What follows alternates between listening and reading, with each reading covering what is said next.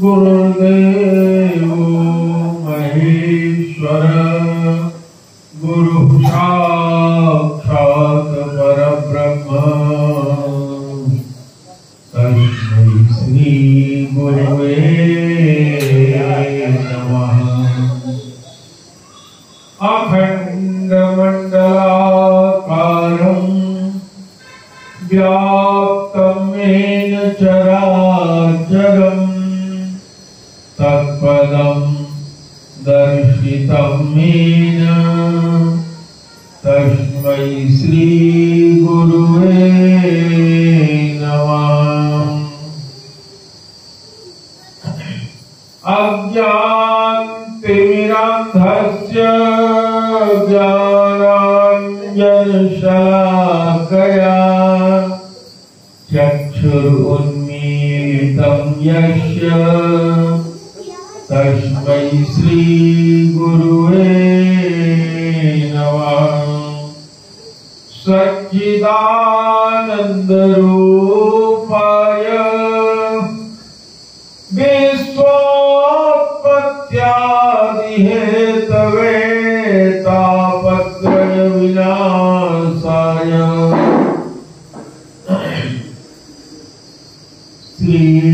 श्रीकृष्णाय वयं नमः। कृष्णाय वासुदेवाय देवकीनन्दनाय च नन्दगोपकुमाराय गोविन्दाय नमो नमः।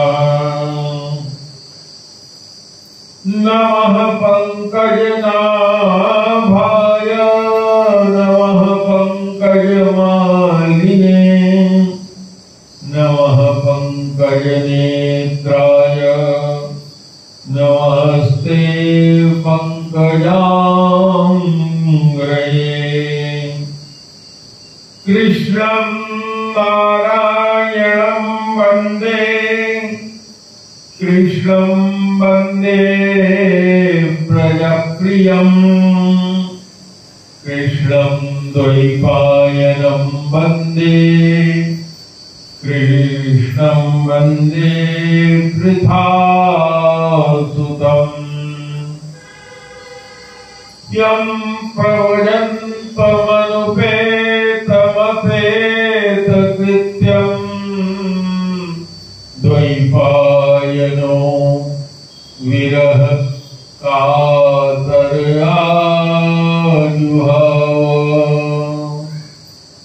पुत्रेति तन्मयतया सर्वोऽभिनेदु अस्तं सर्वभूतहृदयं मुनिमानुतोऽस्मि।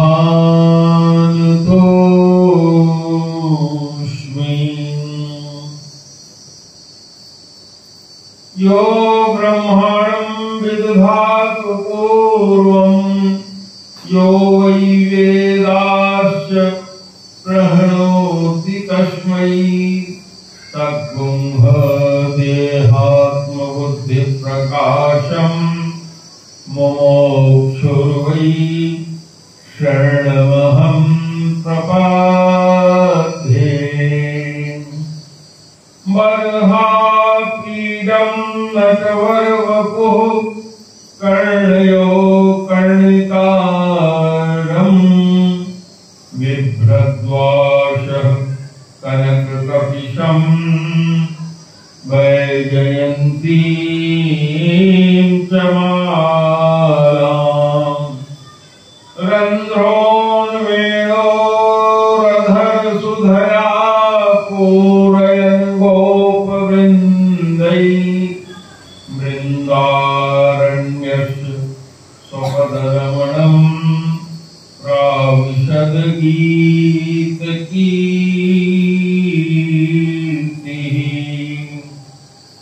नारायणं नमस्कृत्य नरं चैव नरोत्तमम् व्यासं ततो जयमुदीरये। प्रेम से बोलो सच्चिदानंद भगवान की जय। गुरुदेव भगवान की जय।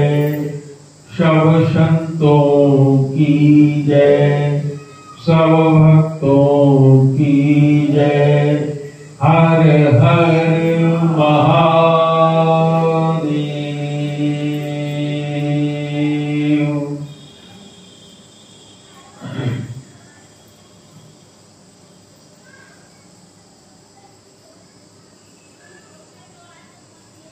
आज कथा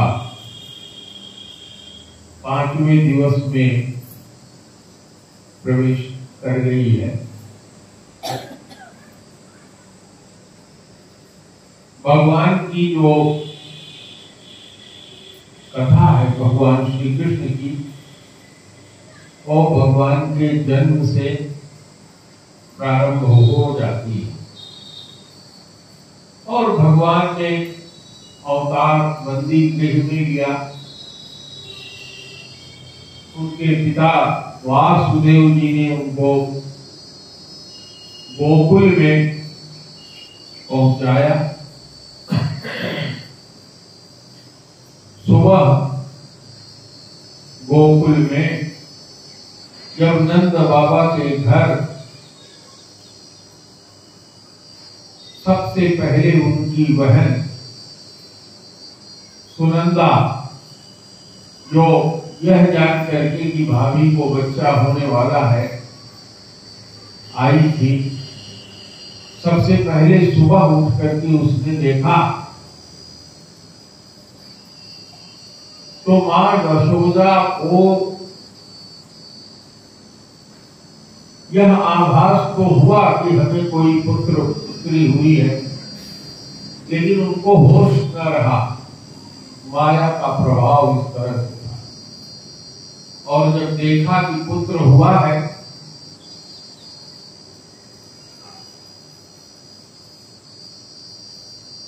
तो अत्यधिक आनंद हुआ। नंद स्वात्मजोत्पन्ने जाता हिलादो महामनः आहूय विप्रान् वेद ज्ञान स्नातः सुचिरलंकितः। नंद बाबा ने देखा कि मेरे घर में आनंद हो गया, लाल आ गया है, तो स्नान किया, पवित्र होकर सुंदर सुंदर वस्त्र आभूषण धारण किया और उनका हृदय तो पुत्र जन्म होने से पहले ही विलक्षण आनंद से भर गया था। वेद के जानने वाले वेदज्ञ ब्राह्मणों को बुलाकर उन्होंने स्वस्ति वाचन करवाया और अपने पुत्र का संस्कार, जिसको जात कर्म संस्कार कहते हैं, वो कराया और अपने देवता और पितरों की पूजा कराई। जात कर्म संस्कार भी ये होता है कि जैसे ही कोई बच्चा, बेटा बेटी जो भी घर में पैदा होता है, तो जो मनौती आदमी किया रहता है उसको पूरा करता है। और बच्चा पैदा हुआ, इसके संस्कार में स्वस्ति वाचन करने वाले ब्राह्मणों को उनको मनोवांछित उनकी इच्छा के अनुसार दान किया जाता है। वसुदेव जी ने तो जो जेल में थे, बंदी गृह में थे, उन्होंने माना था कि अगर हमें पुत्र होगा तो हम 10,000 गायें दान देंगे। लेकिन नंद बाबा ने मनौती मांग रखी थी कि हमें अगर पुत्र भगवान ने दिया तो मैं 2 लाख गायें दान करूंगा। और 2 लाख गायें उन्होंने दान किया। गायों को रत्न से भर दिया था, सुनहले वस्त्र पहना दिए थे और तिल के पहाड़ बनाकर दान दिया। धेनुनां नियुते प्रादा विप्रेभ्यः समलंकृते तिलाग्रीन सप्तरत्नोग सातकौभाम्बरामृताम् कालेन स्नान शौचाभ्याम संस्कारस्तपसे जया शुद्ध्यन्ति दानैः संतुष्ट्या द्रव्याणात्मा आत्मवेदया। देखो, जब कोई बच्चा पेट में होता है तो संस्कार करने से गर्भ की शुद्धि होती है।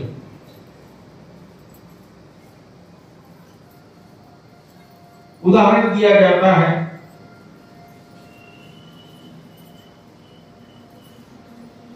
स्नान से शरीर की शुद्धि होती है। प्रक्षालन माने धोने से वस्त्र आदि जो गंदे हो जाते हैं वो साफ होते हैं। संस्कार करने से गर्भ आदि शुद्ध होता है। तपस्या से इंद्रियां शुद्ध होती हैं। यज्ञ से ब्राह्मण शुद्ध होता है। दान से जो घर में धन होता है वह शुद्ध होता है और संतोष से मन शुद्ध होता है। लेकिन आत्मा की शुद्धि तो आत्मज्ञान से ही होती है और यह आत्मज्ञान कहाँ मिलता है? संतों के संग में।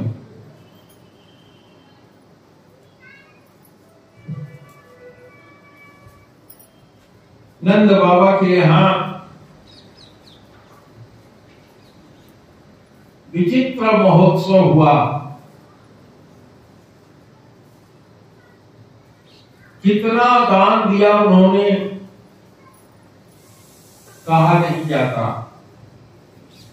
अवाद्यंत विचित्राणि वादित्राणि महोत्सवे कृष्णे विश्वेश्वरे गन्धे नंदस्य व्रजमागते। अरे हो भी क्यों नहीं, क्योंकि भगवान श्री कृष्ण ही इस पूरे ब्रह्मांड के अकेले स्वामी हैं। उन्हीं के कारण ये ब्रह्मांड उत्पन्न होता है, चलता है और लय होता है। और भगवान के जो गुण हैं, ऐश्वर्य, माधुर्य, वात्सल्य, सभी अनंत है। अनंत माने उसकी कोई सीमा नहीं है। भगवान के ऐश्वर्य की कोई सीमा नहीं, भगवान के माधुर्य की कोई सीमा नहीं है। इतने सुंदर है, रस माधुरी उत्पन्न हो जाती है और भगवान के वात्सल्य की सीमा नहीं।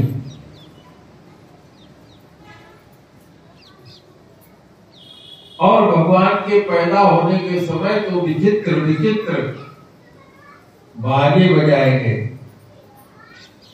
रोहिणी च महाभागानंद गोपाभिनंदिता व्यचरत् दिव्यपाशः अस्त्रकंठाभरणभूषिता।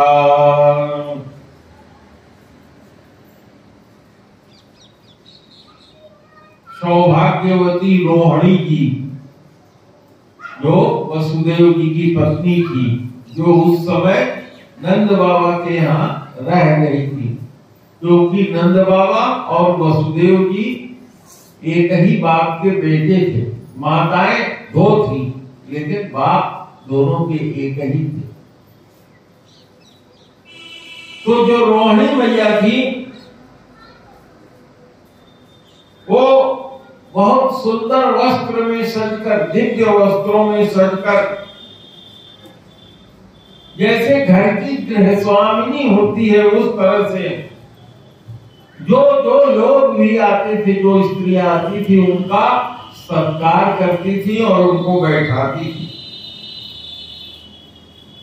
और परीक्षित कुछ ही दिनों के बाद नंद बाबा ने जो गोकुल के रक्षा का भार था वो दूसरे गोपों को सौंप दिया और वार्षिक कर जो कंस का चुकाना था उसको चुकाने के लिए वो मथुरा के लिए प्रस्थान कर गए। जब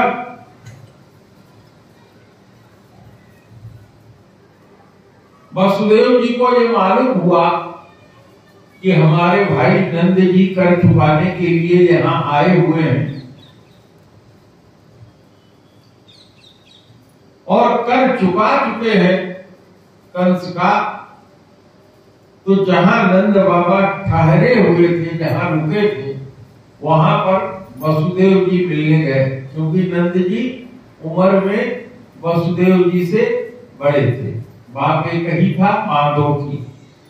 वसुदेव उपसृत्य भ्रातरम नंदमागतम ज्ञात्वा दत्तकरम राज्ञे ययो तदवमोचनम। जैसे ही वसुदेव जी आए, उनको देख करके नंद बाबा उठकर खड़े हो गए, मानो मरे हुए शरीर में प्राण आ गया, और दोनों हाथों से पकड़कर अपने भाई वसुदेव जी को नंद जी ने अपनी छाती से चिपका दिया और हाल चाल दोनों भाइयों में होने लगे। नंद बाबा ने कहा कि हे वसुदेव, अहो ते देवकी पुत्रा कंसेन बहवो हता एकावशिष्टा वरजा कन्या सापि दिवंगता। कहा हे भाई वसुदेव, कंस ने तो देवकी के गर्भ से उत्पन्न तुम्हारे कई पुत्रों को मार दिया और अंत में सबसे छोटी एक कन्या जो थी वो भी स्वर्ग सिधार गई। और वसुदेव जी ने उनसे कहा, वसुदेव जी से ये नंद बाबा ने कहा, और ये सुनकर वसुदेव जी ने कहा, करो वे वार्षिको दत्तो राज्ञे दृष्टा वयं च नेहस्थेयं बहुतिथं संतुत्पाताश्च गोकुले। कहा तुमने राजा कंस का कर चुका दिया है, अब हम दोनों मिल भी लिए हैं। हे भाई नंद, आपको यहाँ ज्यादा समय नहीं ठहरना चाहिए, ज्यादा दिन नहीं रुकना चाहिए, क्योंकि मैंने सुना है कि आजकल गोकुल में बड़े बड़े उत्पात हो रहे हैं। सुखदेव जी कहते हैं कि परीक्षित, जब वसुदेव जी ने ये कहा तो नंद बाबा को लग गया कि वसुदेव सत्य बोलते हैं और निश्चित ही हमको तुरंत चल देना चाहिए। और जो बैल से उनकी बैलगाड़ी जुटी थी उसमें तुरंत बैठ करके चल लिए। और इधर नंद बाबा के घर में पूतना नाम की राक्षसी बाल घातिनी जब कंस को यह पता लगा, जब उस देवी ने बताया कि तुमको मारने वाला ब्रज में कहीं पैदा हो गया है, तो कंस ने अपने जितने असुर मंत्री थे सबको रात में बुला करके गोपनीय बैठक किया कि भाई ब्रज के जो राजा हैं वो तो नंद जी हैं, और कोई ऐसा उपाय किया जाए कि बच्चों को मार दिया जाए और वहां की प्रजा में विद्रोह भी न हो।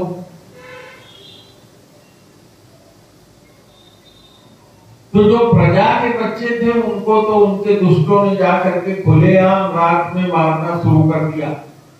लेकिन नंद बाबा के घर में ऐसे सामान्य रूप से तो कोई जाकर के उनके बच्चों को मार नहीं सकता था। इसके लिए पूतना को चुना। ये पूतना वही है जो मैंने आप लोगों से चर्चा किया था कि जब भगवान बलि 52 इंच का रूप धारण करके बालक जैसे गए थे और रत्नावली नाम की राजा बलि की कन्या जिसने देखा कितना सुंदर बालक आया है, अगर मेरा बालक होता तो मैं गोद में लेके स्तनपान कराती। अब वही समय बदल गया जब उन्होंने 2 कदम में सारा ब्रह्मांड नाप लिया, तीसरे कदम में देने की जगह नहीं रह गई। बलि को बांध लिया तो उसको जलन होने लगी। बाप को बंधन में देखा तो उसने कहा काश मेरा बस चलता तो मैं इस बच्चे को, इसको वामन को मार डालती। भगवान ने कहा तुम्हारी दोनों इच्छा मैं पूरा करूंगा। अब वही बाल घातिनी पूतना गई हुई है गोकुल में। इधर नंद बाबा अभी चले हैं। आप लोगों में से जो कोई गया होगा मथुरा, तो मथुरा से गोकुल की दूरी ज्यादा नहीं, 8 किलोमीटर है, लगभग 3 कोस। और बैलगाड़ी से बाबा चले थे, लेकिन इससे पहले ही वो बाल घातनी पूतना वहां पहुंच गई। देखो बाजा बज रहा है, ये ठकुरानी आई ने देखो इनके आते ही भगवान ने देखो बाजा बजा दिया। बोलो कृष्णचंद्र की जय।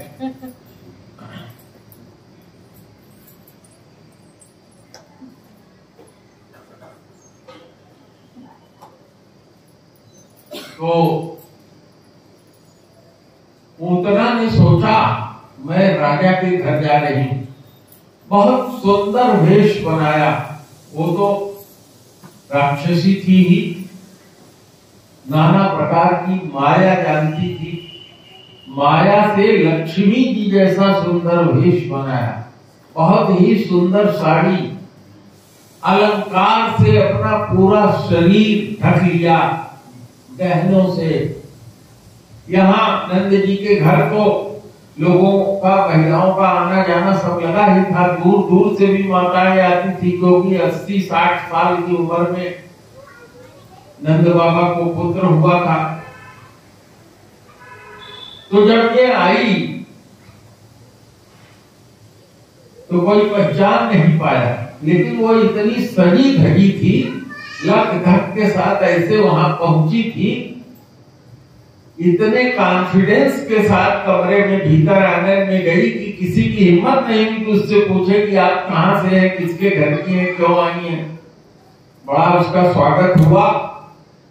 जा करके जहां बालक था वहीं वो बैठ गई। और भी बहुत सी माताएं बालक को देखने आ रही थी, न्योछावर लेके आ रही थी। इतने में यशोदा मैया तो प्रसूति से ही आई थी, वो ज्यादा चलने फिरने की स्थिति में थी नहीं। अन्य माताएं दूसरों का स्वागत करने के लिए जब सब सामान लाने गई, मौका पा करके पूतना ने धीरे से बाल कृष्ण को अपने गोद में उठा लिया। और वो ऐसा विष लगा करके आई थी कि जिसकी महक लग जाए तो बच्चे मर जाए, मुरझा जाए। महक लग जाए तो फूल पौधे जल जाए, मुरझा जाए। ऐसा बाल घातनी विष लगा करके आई थी। कालकूट संख्या।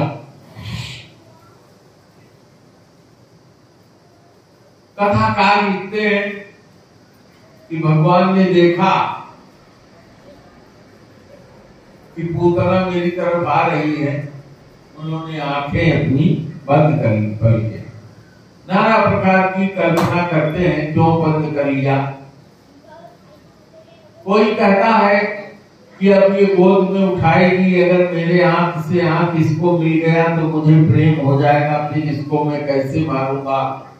कोई कहता है भगवान की निगाह जिससे मिल जाए उसको अमृत मिल जाता है, इसलिए भगवान ने निगाह छिपा लिया। नाना प्रकार के मत व्यक्त करते हैं, लेकिन इस बात को असली में तो भगवान कृष्ण ही जाने कि उन्होंने क्यों आंखें बंद कर ली। क्योंकि कथाकार व्यास जी के पुत्र सुखदेव जी कहते हैं, अहो बकीयम अस्तन कालकूटम जिघ्रासया पाययदप्यशाद्री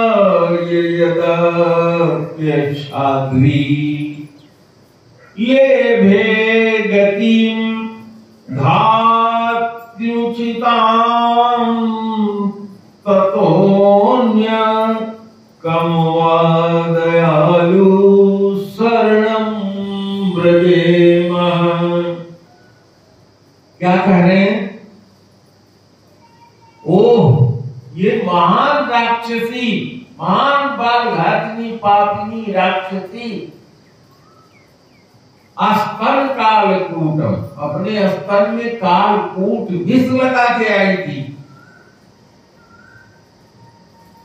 और उसका स्तनपान भगवान ने किया और गोद में उठाकर अपना स्तन भगवान के मुख में डाल देने के कारण भगवान ने उसको वो गति दिया जो मां को दिया जाता है।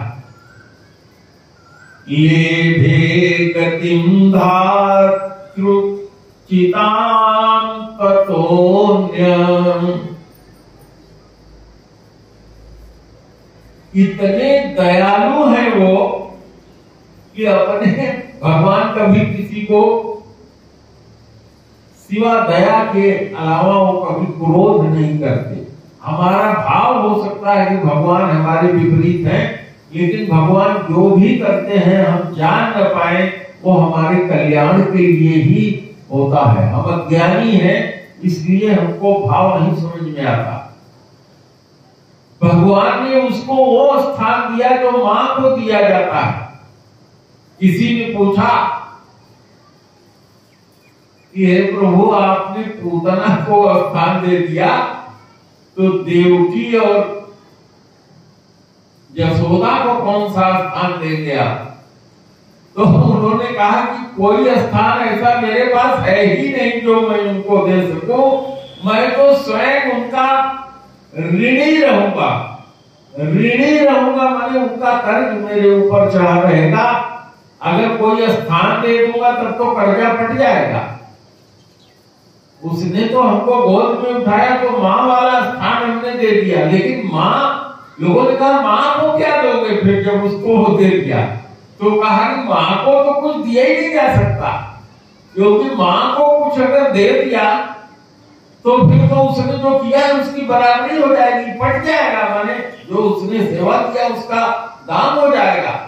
इसलिए उन्होंने कहा मैं तो माँ का ऋणी रहूंगा, कभी ऋण उतर ही नहीं सकता। इसीलिए कहते हैं कि माँ का ऋण, माँ के ऋण से कोई भी ऋण नहीं हो सकता। प्रेम से बोलो कृष्णचंद्र भगवान की जय। इधर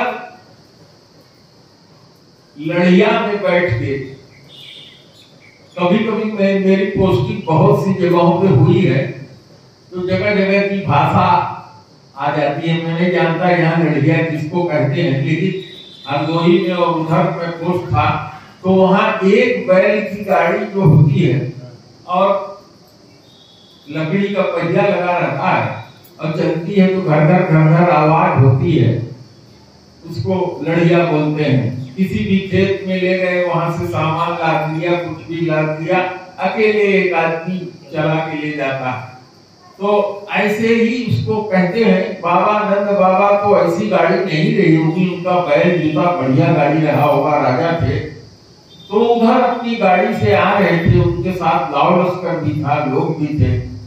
रास्ते में जब थे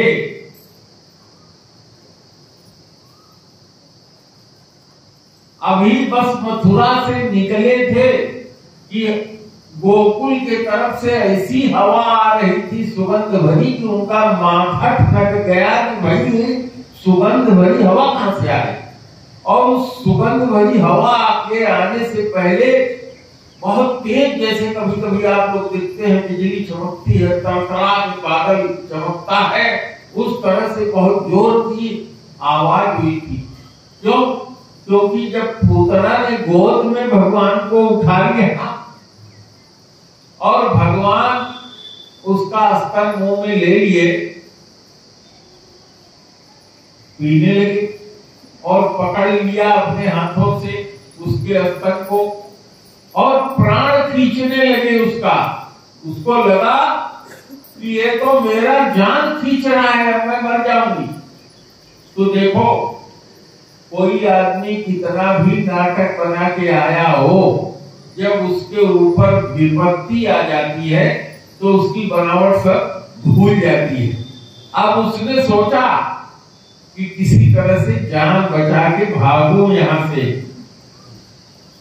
और ऐसे इस बच्चे को इनके आंगन में नोच के फेंक दूंगी तो अच्छा नहीं होगा, इसलिए बस वो आकाश में वही आनंद से ही आकाश में लेके भगवान को उड़ गई अपना जान बचाने के लिए कि बाहर चलो, जब ये कहीं से इसको नोच के फेंक दूं।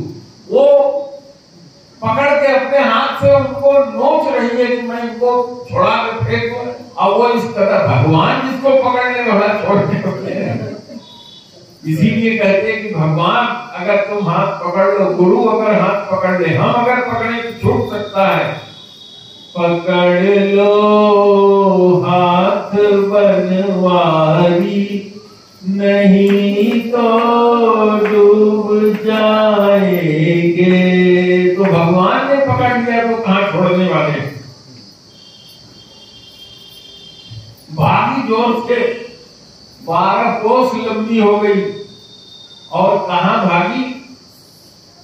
जो गोकुल है उसके पीछे महावन नाम का एक स्थान है, बहुत बड़ा जंगल है महावन, आज भी है। अगर आप लोग कभी गोकुल जाए तो महावन में जाइए, जहां उनका किला 18 दरवाजे वाला, उस महावन में वो पहुंच गई सेकंडों में, और वहीं भगवान ने प्राण उसका पी लिया।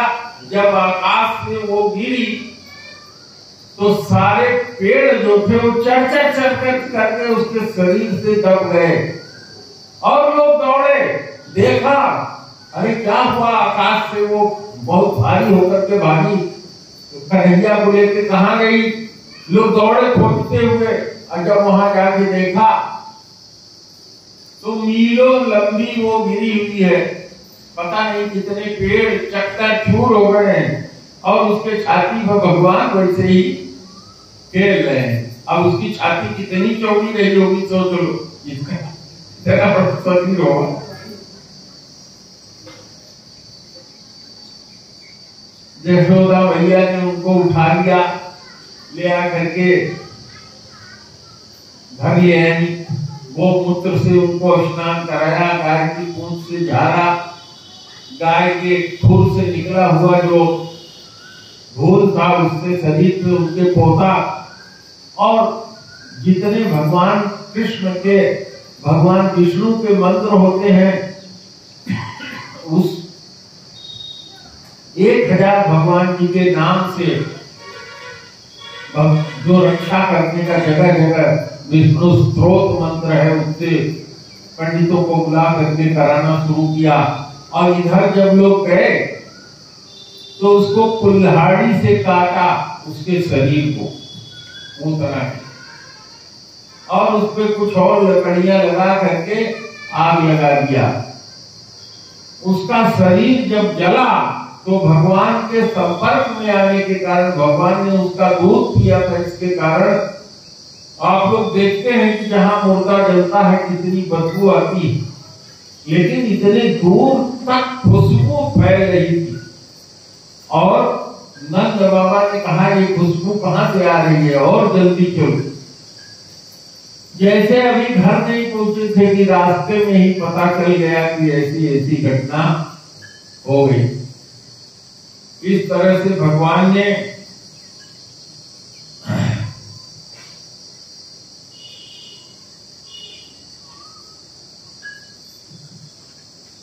पूतना का उद्धार किया।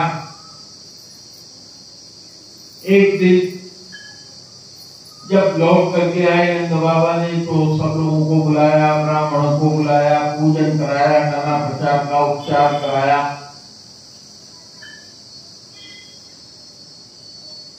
दो चार दिन बीते।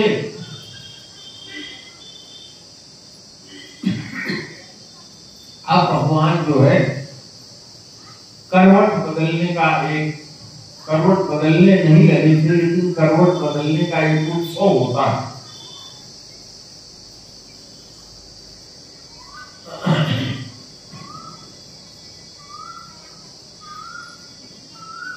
तो एक दिन भगवान को माता यशोदा ने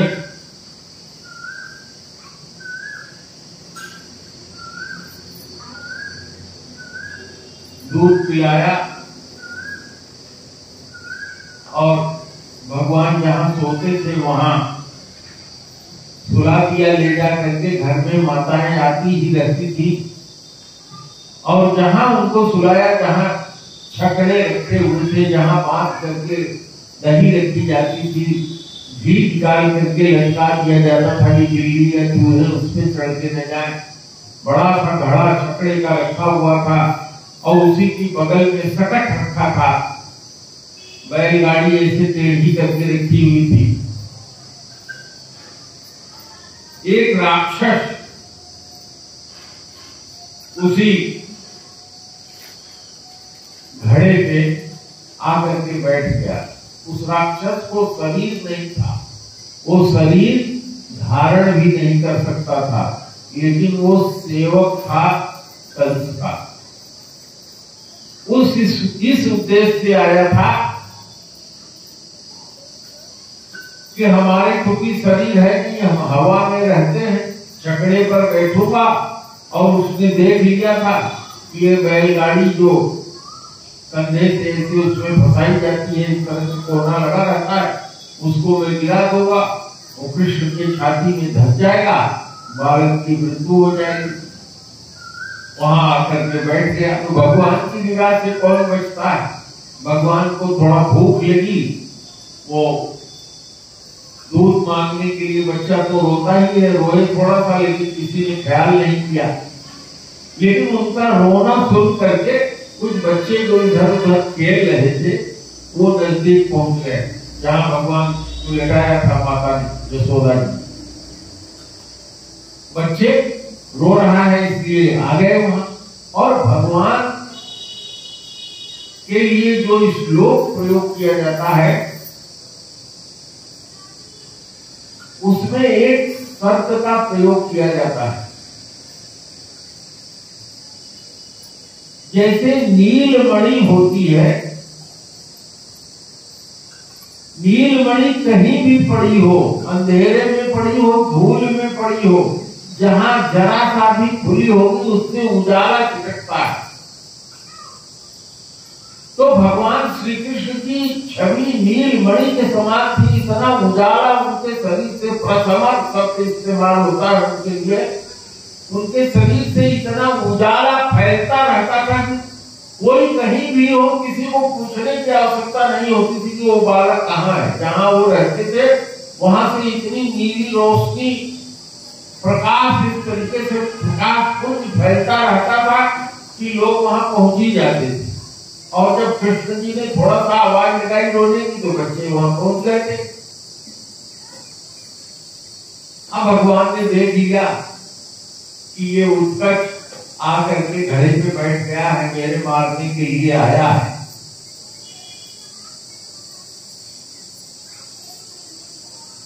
धीरे से उन्होंने अपना पैर, बच्चे खेलते हैं तो ऐसे हाथ पैर चलाते ही हैं, लाल लाल उनके पैर के पंजे थे, बच्चों के पैर के लाल पंजे होते ही हैं, ऐसे वो उछाल रहे थे।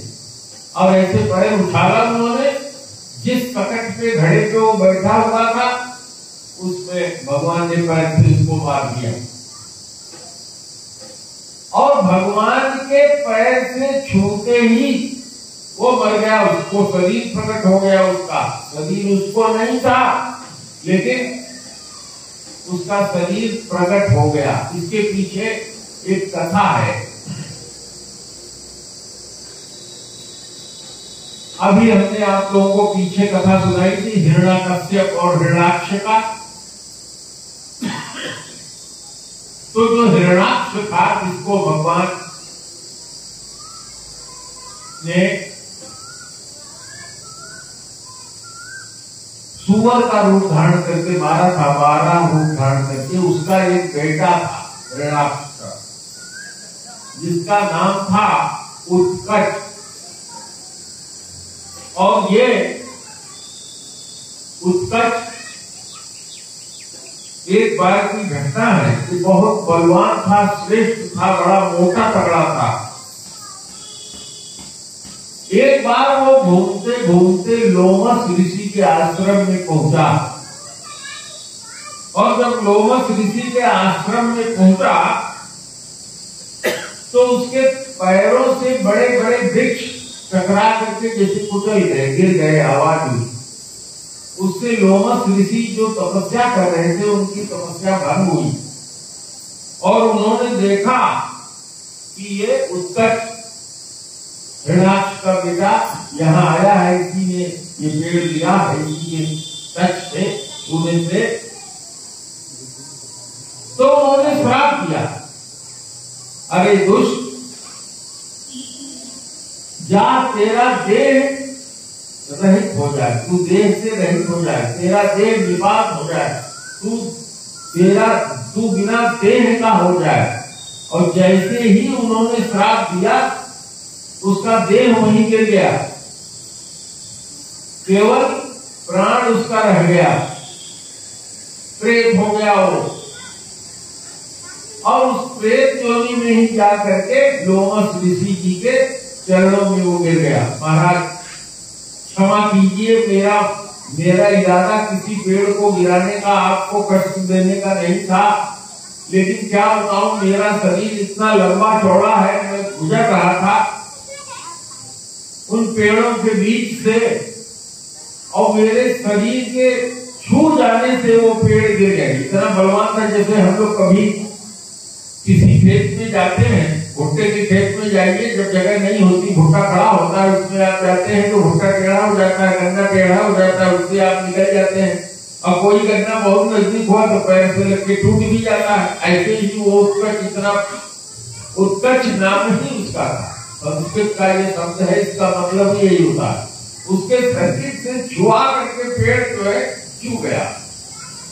कहा महाराज मेरा इसमें कोई दोष नहीं है,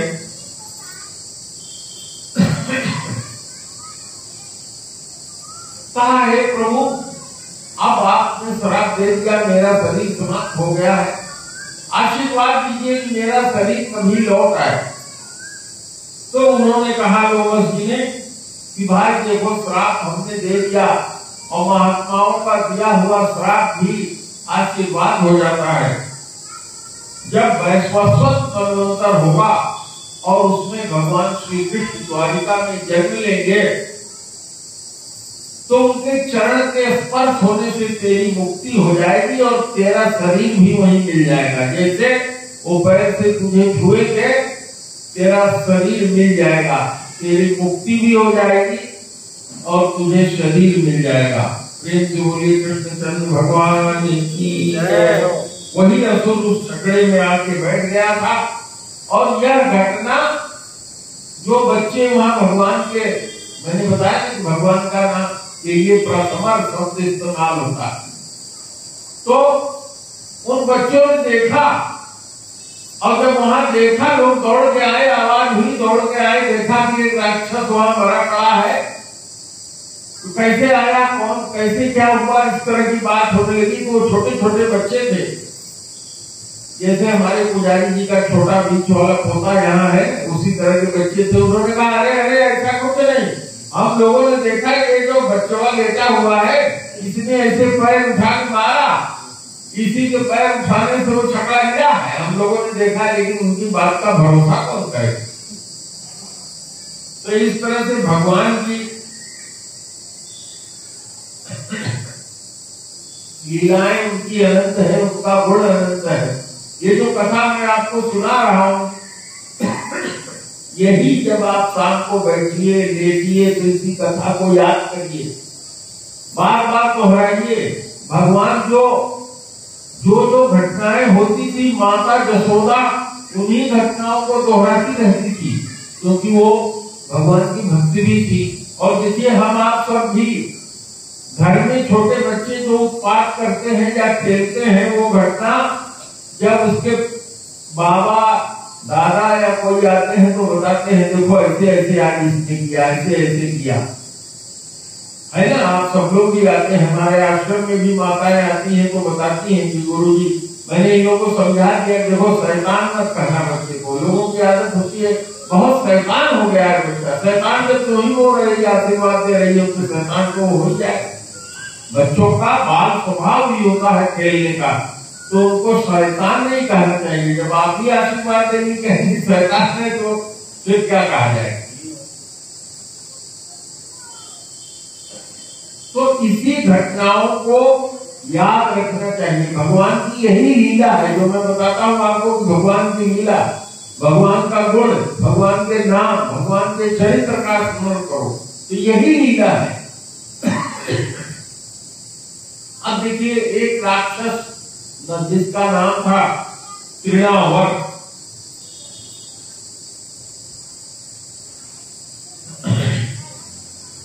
एक दिन की बात है, एकदा आरोहमारूढ़ं लालयन्तीं सुखं सती गरिमाणं शिशोर्वेणुं न सेहे गिरिकूटवत्। एक दिन माता दूध पिला रही थी कृष्ण जी को गोद में लेकर के। अब उनको लगने लगा कि ये तो पत्थर से भी भारी हो गया। उनका पैर लगने लगा कि अब ये इतना भारी हो गया है कि अगर मैं इसको नीचे उतार नहीं दूंगी तो मेरा पैर चपटा हो जाएगा, कपड़ा हो जाएगा, ऐसा उनको महसूस होने लगा।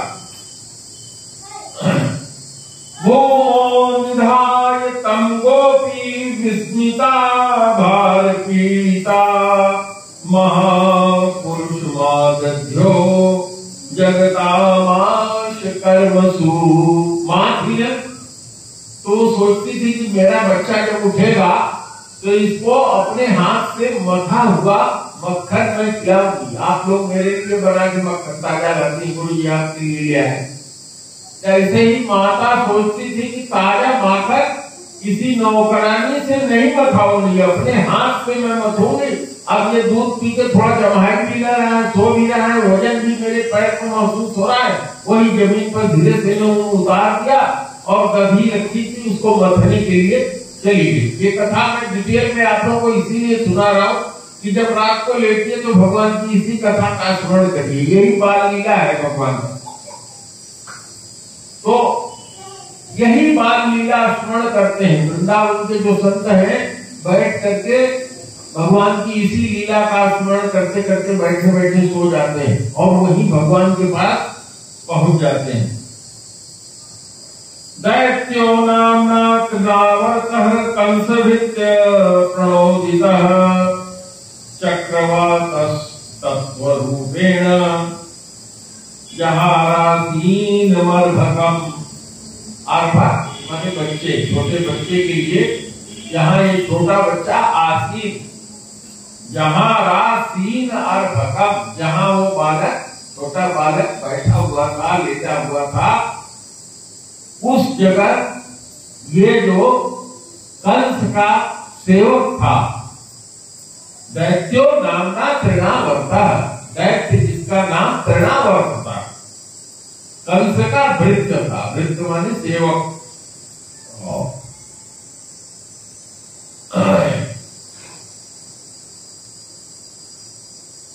उसके अंदर एक गुण था, वो बाउंडर जैसे चलता है ना, बाउंडर, वो बाउंडर बन जाता था। जब उसने देखा, क्योंकि कृष्ण जी तो नीलमणि के समान जहां भी थे चमकते रहते थे, उसने दूर से ही देख लिया आकाश से कि यहाँ ये लेटा हुआ है। बस उसने अपना निशाना बना करके बाउंडर पैदा किया। और गोकुल में अगर आप लोग गए होंगे, ब्रिज में गए होंगे, तो वहां की पीली पीली मिट्टी होती है, वहां की मिट्टी कहीं ज्योति हो तो बिना ज्योति जहां भी आप जाएंगे नंगे पैर चलेंगे, मिट्टी पीली पीली, जिसको ब्रज का रज कहते हैं। जो लोग गए हैं देखे हो, प्रेम से बोलिए कृष्णचंद्र भगवान की जय। वो इतना तेज चक्कर लगाने लगा कि वो धूल जो है, जहां भी धूल दिखी धूल की आंधी आती है, वहां सारा धूल से बॉन्डर भर गया जोर से। और माता जी ने उनको हम उतार दिया ही था।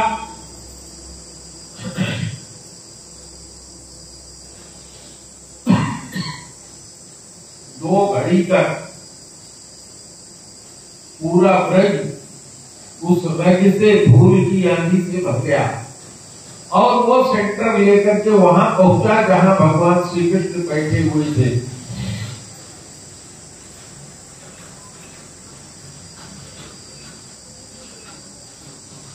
भगवान को उसने खींचना चाहा।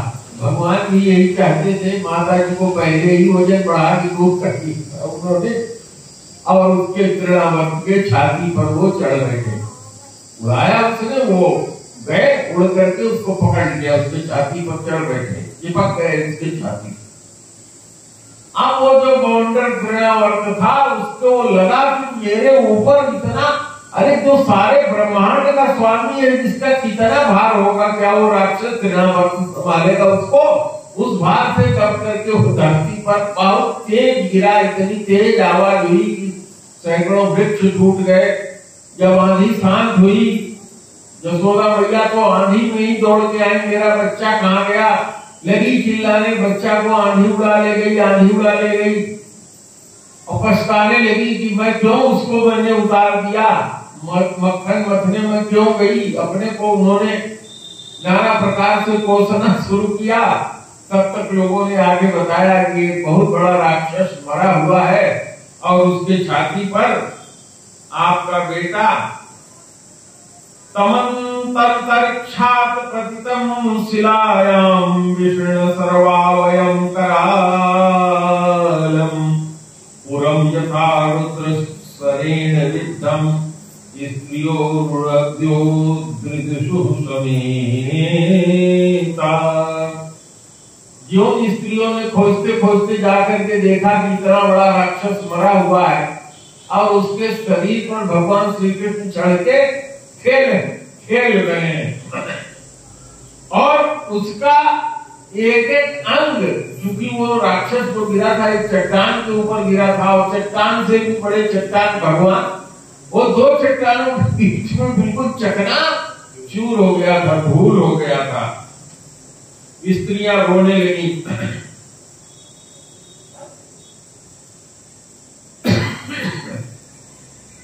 अब एक घटना और सुनाते हैं आप, भगवान की बाल लीला, यही भगवान की लीला, इसी को हमें याद करना चाहिए।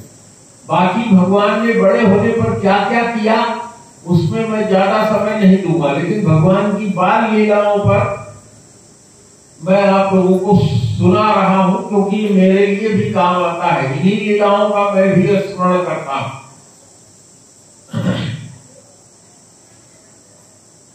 एकदार भगवादाय स्वाकरो माप्य भामिनी प्रस्तुतम पाययामासः अस्नेह परिप्लुता।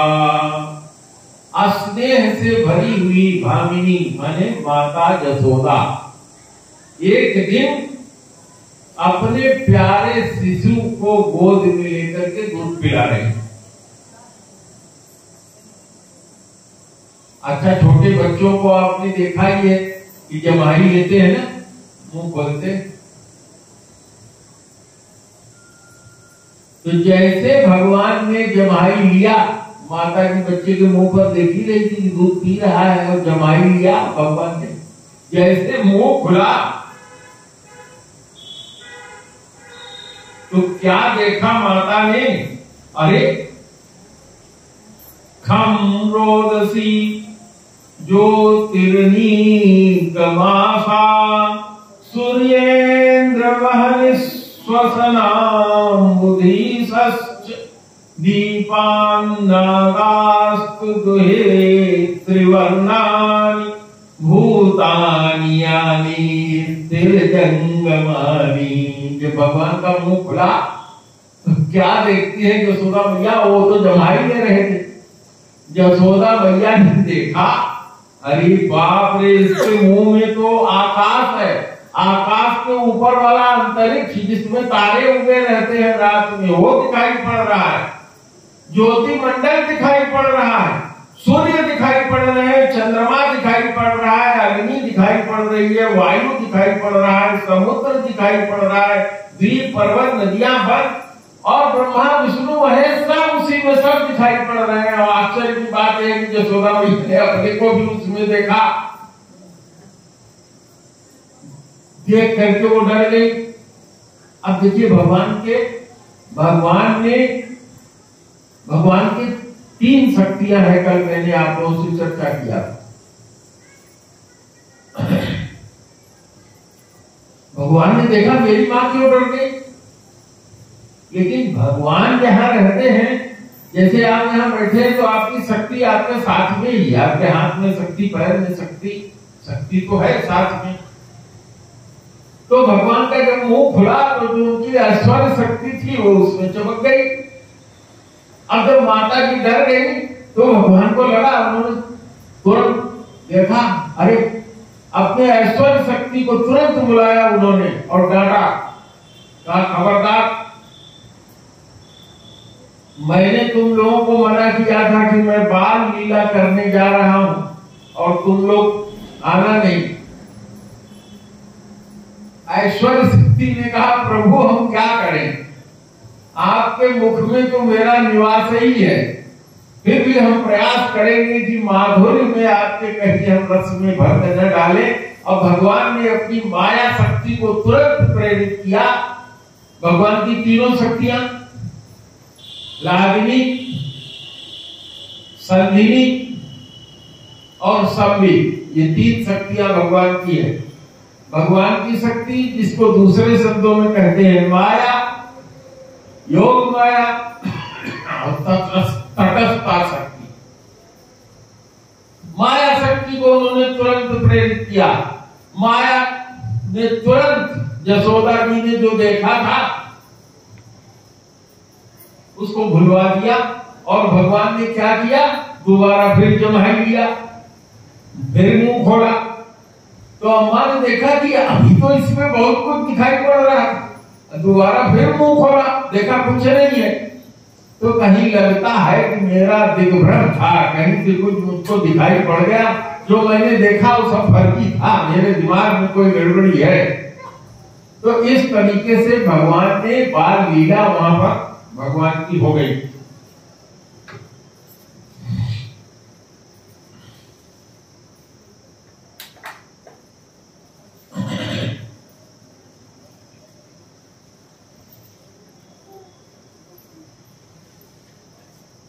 अब भगवान के नामकरण का अवसर आया। भगवान जब धरती पे आते हैं तो बड़े बड़े ऋषि, महर्षि, साधु, संत ये सब जान जाते, पहले से जानते हैं और उनको जानकारी हो जाती है। बहुत से लोग तो भगवान के जाने के बाद जानते हैं।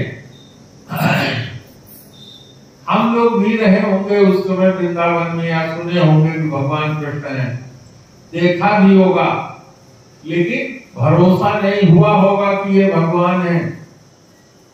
क्योंकि जब हम लोग भी अमर हैं, बार बार जन्म लेते हैं, मरते हैं, ये आत्मा कभी मरती तो है नहीं, शरीर बदलता है, लेकिन भरोसा नहीं होता। कोई गुरु भी मिलता है, ज्ञानी भी मिलता है। अपने गुरु जी यही थे। कितने लोग कहते कि अब मैं पछताता हूँ, गुरु जी से कुछ नहीं मांगा, उन्होंने कहा तो धन मांग लिया, बेटा मांग लिया और पता नहीं क्या क्या मांग लिया, हमको तो कुछ और मांगना चाहिए था, हम जान ही नहीं पाए। महाराज हमसे कहते हैं आप इतने दूर से आ गए उनके पास और हम लोग यही रहते नहीं जान पाए। तो प्रेम से बोलो गुरुदेव भगवान की जय। तो तो इसी तरह से गर्गाचार्य जी का बहुत नाम है। गर्ग जी की गर्ग संहिता बहुत फेमस है। बड़े सारे ज्योतिष के विद्वान उस समय पहले से आके बैठे हुए थे कि भगवान श्री कृष्ण आएंगे और बाल रूप में उनका हम दर्शन करेंगे। भगवान शंकर बड़े बड़े ग्रह, चंद्रमा, नक्षत्र, शनि महाराज सबकी लालसा थी कि भगवान का दर्शन करें हम लोग जाके बाल रूप में। तो गर्ग जी वास्तव में पुरोहित थे वासुदेव जी के।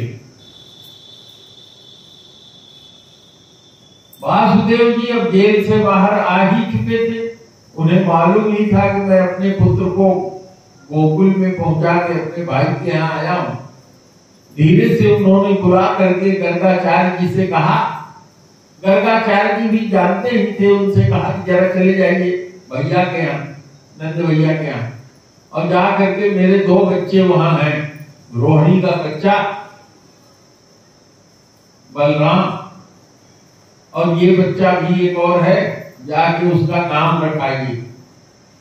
गर्ग जी आए नंद बाबा के यहाँ। नंद जी बड़े प्रसन्न हुए। ऐसे महापुरुषों का आना घर में कोई साधारण बात नहीं होती। नंद जी ने कहा, महद्वी चलनम नृणाम गृहीणाम दीन चेतसाम निःश्रेषाय भगवन् कल्पते नान्यथा क्वचित्। कहा कि हे प्रभु, महात्माओं का गृहस्थों के घर में आना परम कल्याण का कारण होता है, क्योंकि हम जो गृहस्थ हैं वो तो अपने घरों के कार्यों में ही उलझे रहते हैं। इतना भी मौका नहीं मिलता कि आपके आश्रम तक आ सके। हे प्रभु, बड़ी कृपा किया है कि आप यहाँ आए, और आपके आने का उद्देश्य केवल एक ही हो सकता है कि हम लोगों का कोई न कोई कल्याण होने वाला है।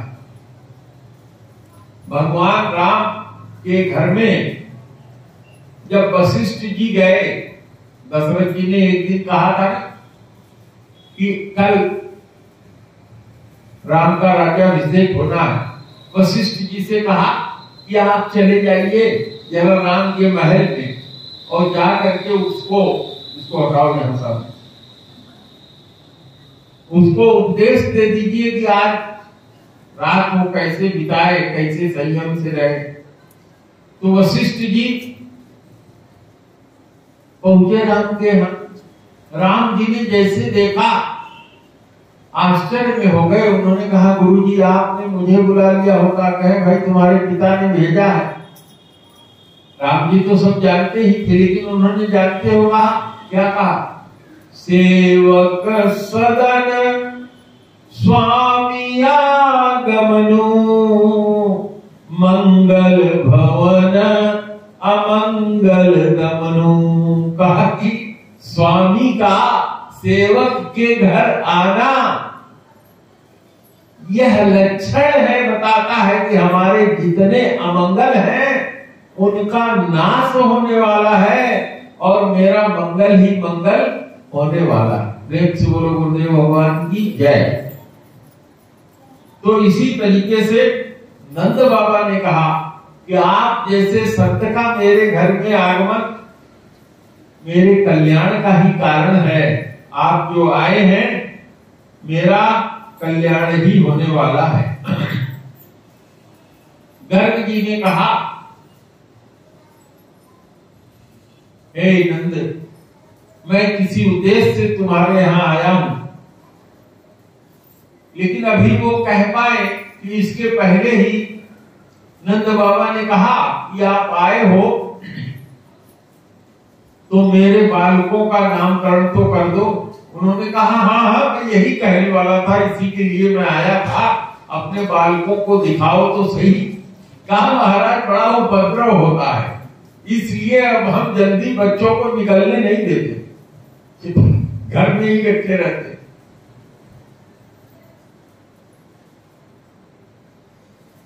तो गर्ग जी ने कहा, देखो तुम्हारे घर में संस्कार करके तो मैं बैठ नहीं सकता, किसी ऐसी जगह चलो जहां मुझे अपने बच्चों का दर्शन कराओ और तुम्हारे गांव घर के भाई पटीदार भी जानने न पाए।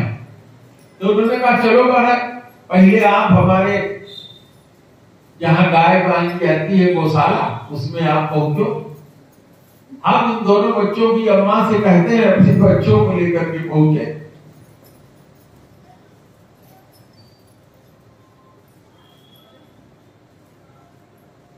तो गर्ग जी धीरे से गौशाला में पहुंच गए। वो तो चाहते ही थे, गौशाला बड़ी पवित्र स्थान होती है, जहाँ गाय का गोबर इतना पवित्र माना जाता है, और जहाँ वो रहती है वो स्थान तो परम पवित्र होता है। यहाँ यशोदा मैया ने बलराम जी को गोद में ले लिया और कृष्ण जी को रोहिणी को दे दिया। अब दोनों लोग वहां लेकर के पहुंची और उन्होंने कहा, सुनते हैं ये बड़े ज्ञानी है, अगम ज्ञानी है। अगम ज्ञानी जानते हो किसको कहते हैं? जो सब जान जाए क्या है, क्या अंदर है, क्या है बाहर।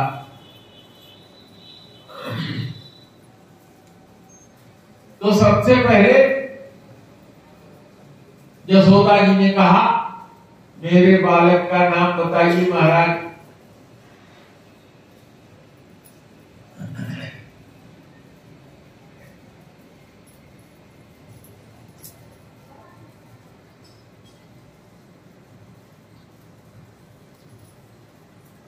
यशोदा जी ने कहा, पहले मेरे गोद में जो बच्चा है इसका नाम बताइए। तो गर्ग जी ने कहा, अयम ही रोहिणी पुत्रो रमयन् सुहृदो गुणैः। देखिए भगवान की कृपा, भगवान का नाम होने जा रहा है तो अपने आप गेट फूट रहा है। ये संकेत क्या बताता है? यह संकेत शुभ को बताता है। अयम ही रोहिणी पुत्रो रमयन् सुहृदो गुणैः आख्यास्यते राम इति बलाधिक्यात् बलं विदुः यदुनां पृथक् भावात् संकर्षमुपसुन्त्युत।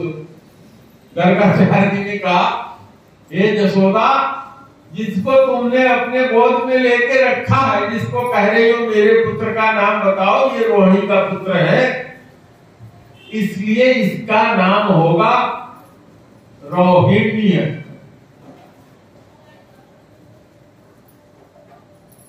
ये बड़ा होकर के अपने सगे संबंधियों को, अपने लोगों को बहुत प्रसन्न करेगा, बहुत सुख पहुंचाएगा, इसलिए इसका नाम होगा जाकर नाम सुनत शुभ होई मोरे गृह आवा प्रभु सोई।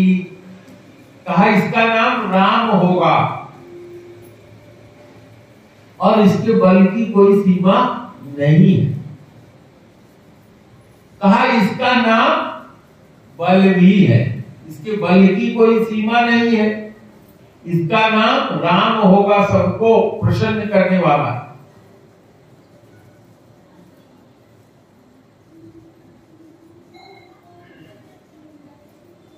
तो कहा क्योंकि बल की यह राशि है और इसका नाम मैंने बताया सबको खुश करने वाला होगा, इसलिए राम भी होगा, तो इसका नाम बलराम भी होगा।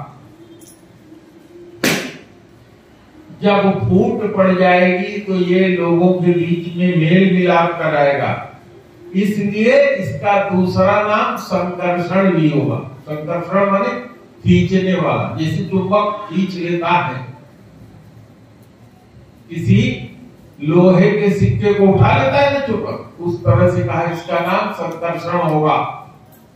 जो लोग विरोध में जा रहे होंगे उनको आपस में मिला देगा।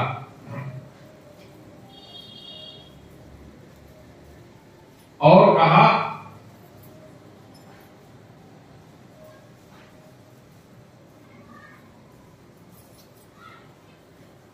कि ये जो रोहिणी गोद में लेके आई है सांवला वाला,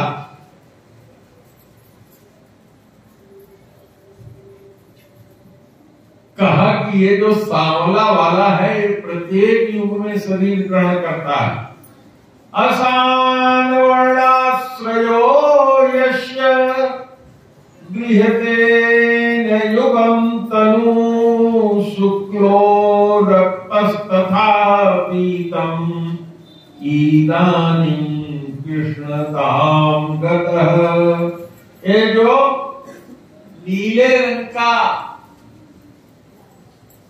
प्रशरमान है, चमकीला है, ये प्रत्येक युग में शरीर ग्रहण करता है। सतयुग में ये सफेद शरीर ग्रहण करता है, श्वेत। कभी ये लाल रंग का शरीर ग्रहण करता है, कभी पीला शरीर ग्रहण करता है, और जब कलयुग में ये आता है तो कृष्ण वर्ण होता है, नीला रंग धारण करता है, इसका नाम कृष्ण होगा।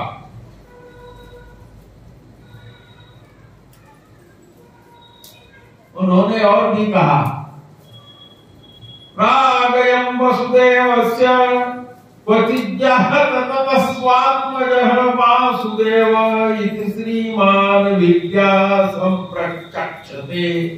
सारा भेद उन्होंने खोल दिया, यद्यपि जानते नहीं थे। कौन? नंद बाबा। क्या कहा उन्होंने? रागयं वसुदेवस्य, तुम्हारे घर पैदा होने से पहले ये वसुदेव के घर पैदा हो चुका। अब बताओ इससे ज्यादा क्या कहें। कहा, हे नंद, तुम्हारे घर पैदा होने से पहले ये वसुदेव के घर पहले पैदा हो चुका। इसलिए इस रहस्य को जो लोग जानते हैं वो इसका नाम वासुदेव, वसुदेव का पुत्र होने के कारण इसका नाम होगा वासुदेव। वासुदेव का मतलब होता है जो रोम रोम में निवास करे, जिसके कारण, जो हर रोम में निवास करता है, जिसके कारण जीवन होता है, वह होता है वासुदेव। बहूनि सन्ति नामानि रूपाणि च सुतस्य ते गुणकर्मानुरूपाणि तान्यहं वेद नो जना। तुम्हारे इस पुत्र के करोड़ों नाम हैं, अनेकों इसके, जितने इसके गुण हैं उतने ही इसके कर्म हैं, उतने अनुसार इसके नाम है, अनंत नाम है।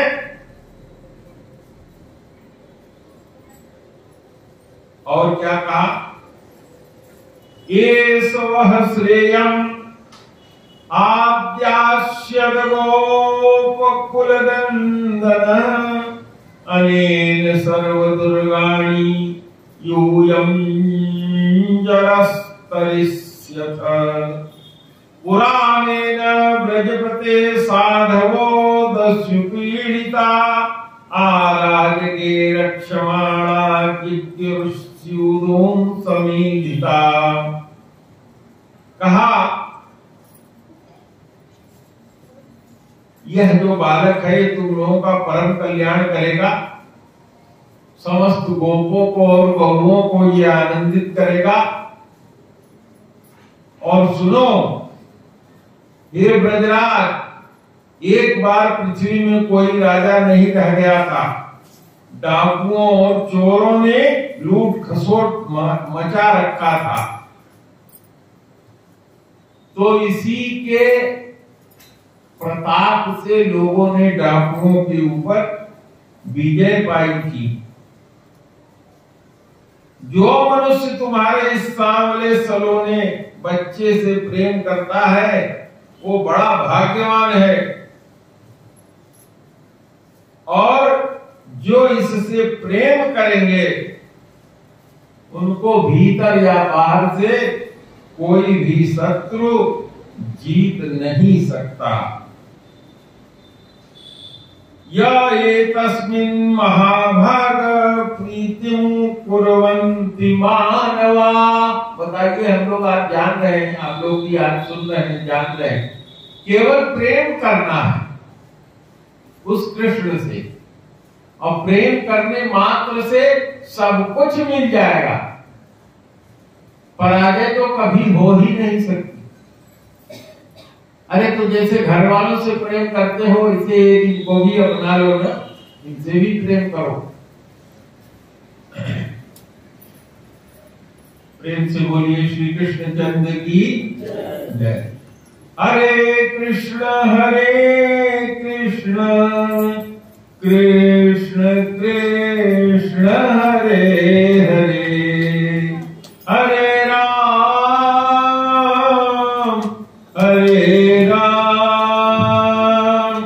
राम राम हरे हरे।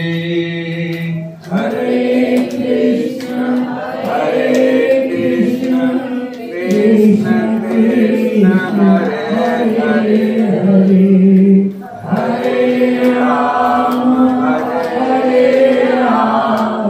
राम राम हरे हरे। हरे कृष्ण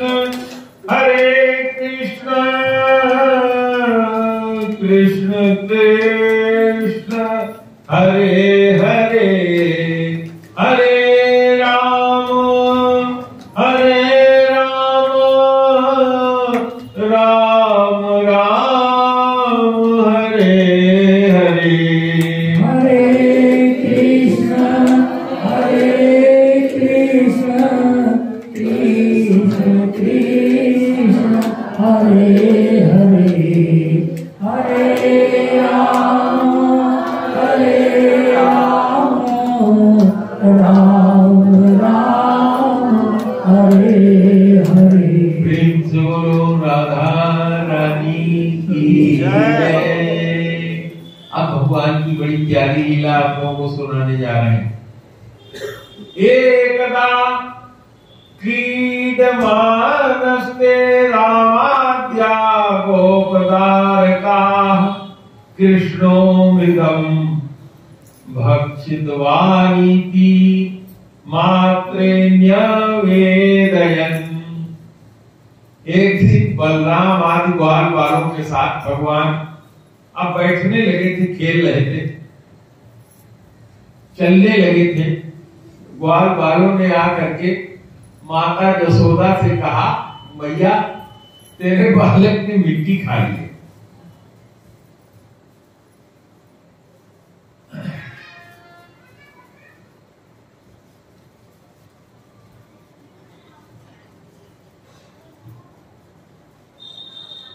तो माता ने सागृहीत्वा करे कृष्णं मुपालम्भ्य हितैषी यशोदा भय संप्राप्तं प्रेक्षणाक्षम भासत।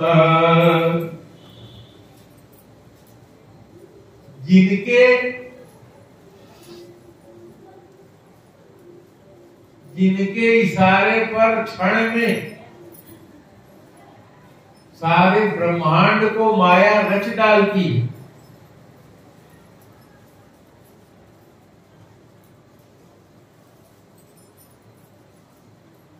वो कृष्ण माता यशोदा के डर से, जब माता यशोदा ने उनका हाथ पकड़ लिया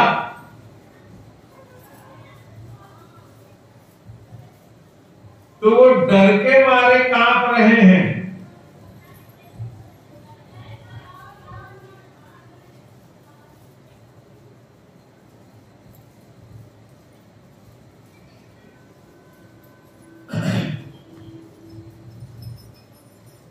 भगवान श्री कृष्ण से उन्होंने कहा क्यों रे तू मिट्टी खाइए।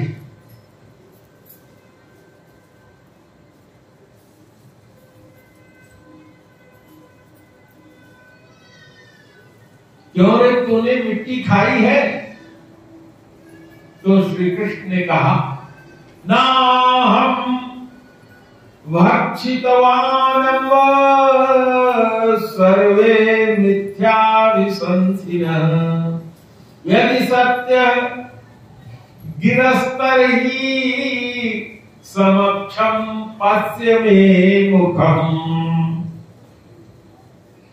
भगवान ने कहा भैया मैंने मट्टी नहीं खाई है, ये सब झूठ पकड़ है।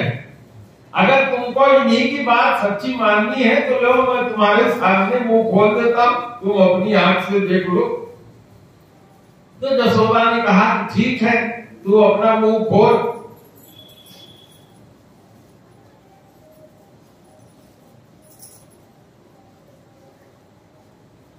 अब क्या हुआ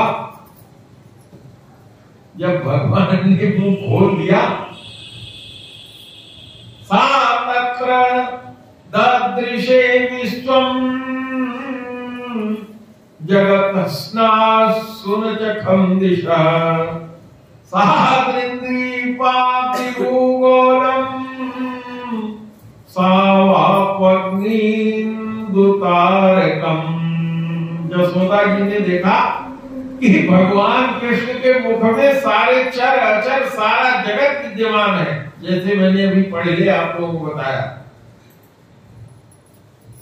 5 तन्मात्रा तीनों गुण क्या नहीं है, जीव काल स्वभाव कर्म वासना शरीर आज जितनी भी चीजें हैं सब उनके मुख में दिखाई पड़े। माता सोच रही है कि ये कोई स्वप्न है कि भगवान की माया है कि मेरी बुद्धि में भ्रम तो नहीं हो गया है। मेघे तो ये लगता है कि इस बालक में कोई जन्म की सिद्धि है। अहो अयुष्येव ममार्भकस्य यह कश्चनोत्पत्तिक्यम् आत्मयोगः अथो यथा वन्न विगर्त गोचरम् चेतो मनः कर्म वचो विरंजसा यदाश्रयम् येन यतः प्रतीतयते सुरविभाव्यम् प्रणतास्मि तमस्पदम्।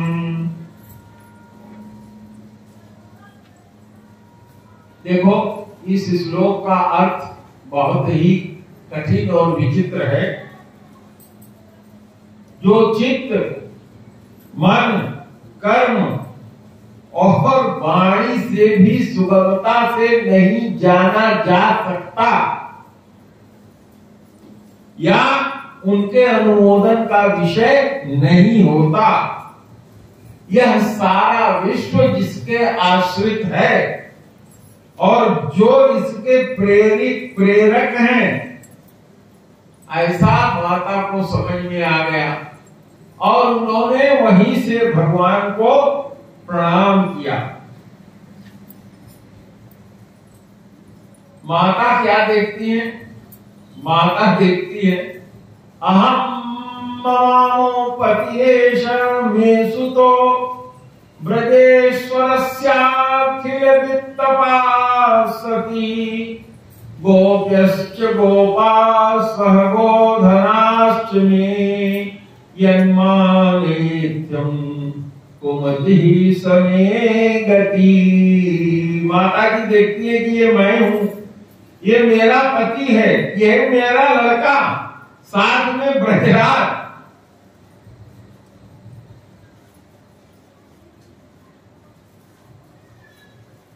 ये सब क्या इसके मुंह में मैं देख रही हूं। और उनके समझ में आ गया कि ये मेरा बेटा कोई साधारण नहीं है। भगवान श्री कृष्ण ने अपने मुंह में ही दिखाकर सारा तत्व ज्ञान अपनी माता को दे दिया। मुख दिखाने का इस बार मतलब यही था। सारे वेद, सारे उपनिषद, सारे सांख्य योग भक्ति महान जिनका गीत गाते गाते अघाते नहीं थे, उन्हीं भगवान को जसोदा मैया भूल करके फिर अपना पुत्र मानने लगी।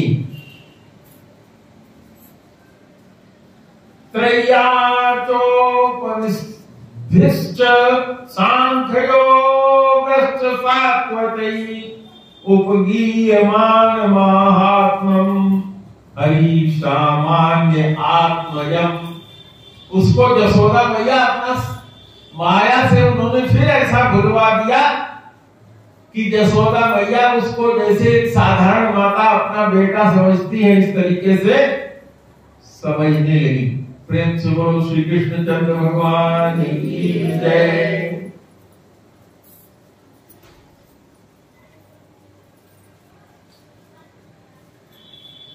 परीक्षित को समझाते हुए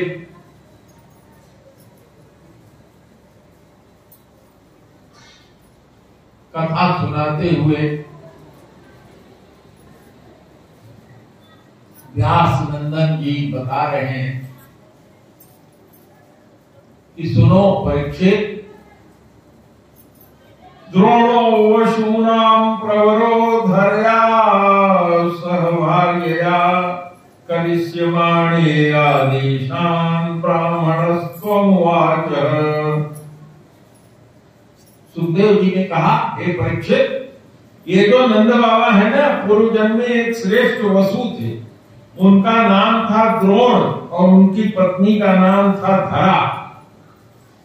और उन्होंने ब्रह्मा जी के आदेश का पालन करने की इच्छा से ब्रह्मा जी से कहा, क्या कहा कि हे भगवान, जब हम पृथ्वी पर जन्म ले, जब जगदीश्वर भगवान श्री कृष्ण हमारे के हम अनन्य भक्त हों और भक्ति के द्वारा संसार में लोग अनायास दुर्गति को प्राप्त कर जाते हैं, मैं भी उसे प्राप्त कर जाऊं।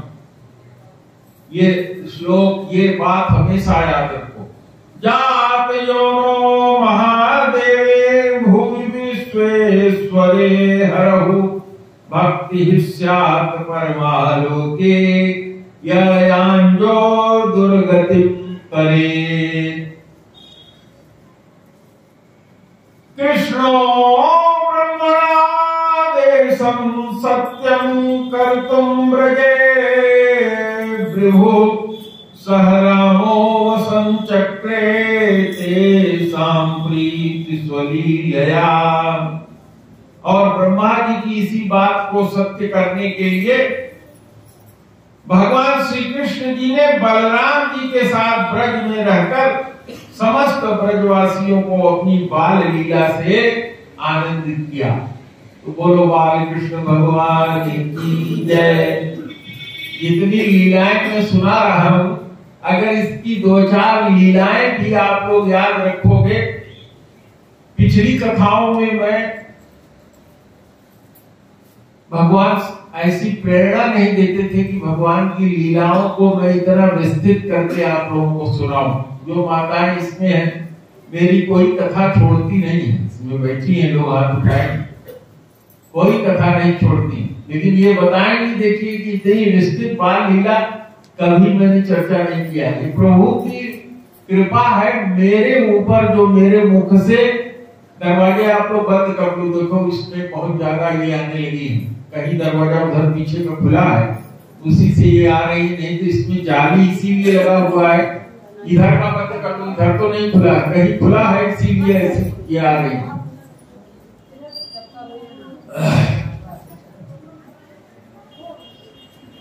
तो प्रेम से बोलिए श्री कृष्ण चंद्र भगवान की जय। अब भगवान की आगे की लीला सुनिए। एक बार माता जसोदा ने भगवान को उखल से बांध दिया। अब देखो इतनी लीलाएं भगवान ने किया, इतना सब दिखाया, तो भी उनकी प्रेरणा ऐसी रहती थी कि सब भूल जाता।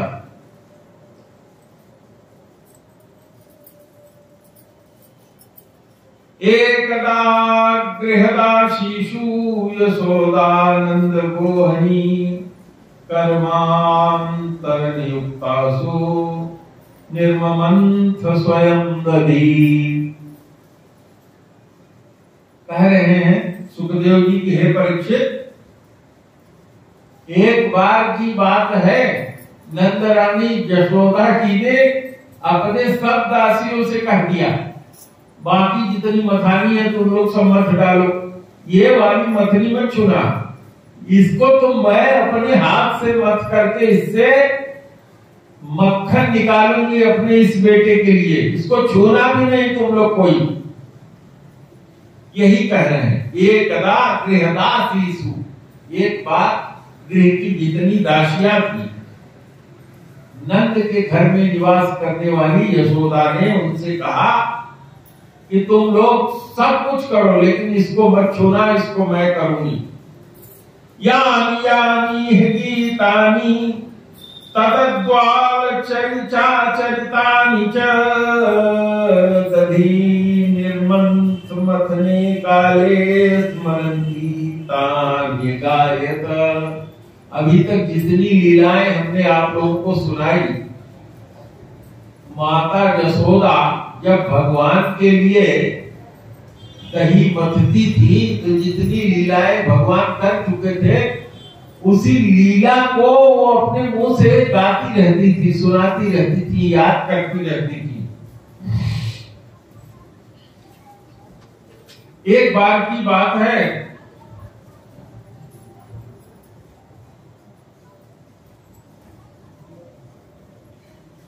माता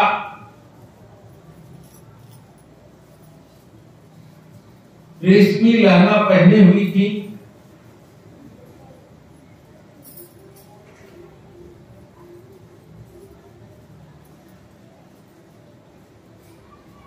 और दधी का मंथन कर रही थी अपने बेटे के लिए। उसी समय भगवान श्री कृष्ण आ गए, चल रहे थे पैदल, दूध पीने के लिए उतावले हो गए।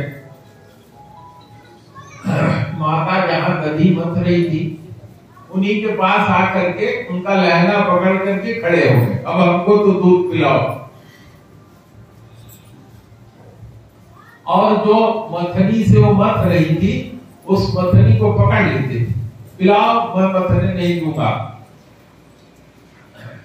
इतना ही नहीं, वो खड़ा होकर के मथ रही थी तो भगवान जो है उनको पकड़ करके उनके गोद में चढ़ने लगे।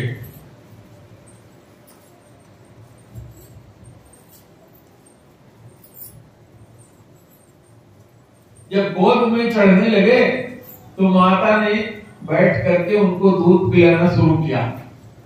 उसी समय वो बंद कर दो भाई, तुम लोग अगर ऐसे ही करोगे तो थोड़ी देर में ही ये कथा बंद हो जाएगी, इसलिए कि तरह मेरे यहाँ आ रही है, इन सबों को भी भगवान की कथा से ही प्रेम हो रहा है। देखो और इतना जगह लाइट जल रही नहीं जा रही, यही आ रहे।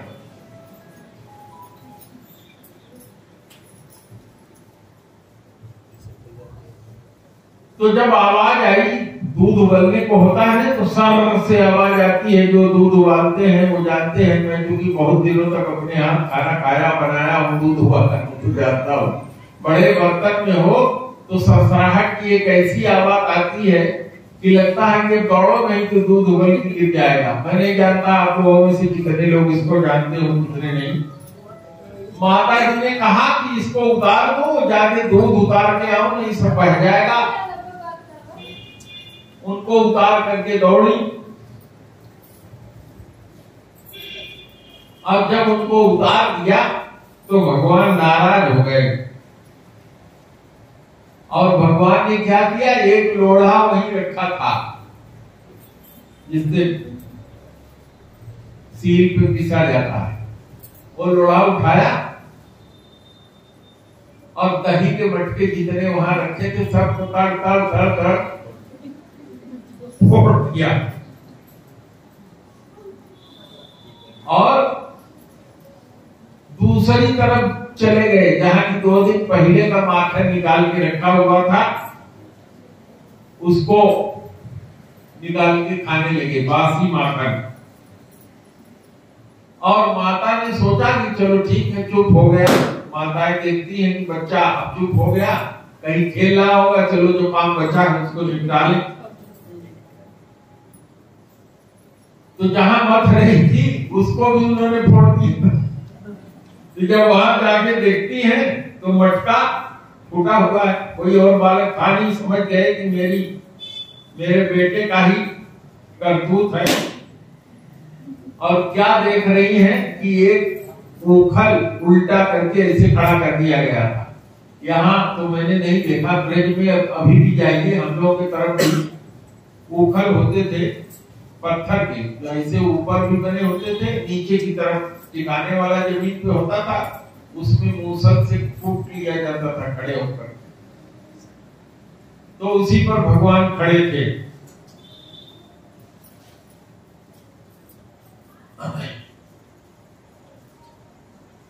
फिर माता जी धीरे धीरे पैर करके गई कि मैं इसको पकड़ लूं, भाग नहीं जाए दौड़ के। और भगवान श्री कृष्ण ने देखा कि मैया पीछे से मेरी बदमाशी देख ली है, छड़ी लेके आ रही है, ऐसे मुझे मारेगी। तब वो झट से ओखली पर से कूद गए और डर के भागने लगे।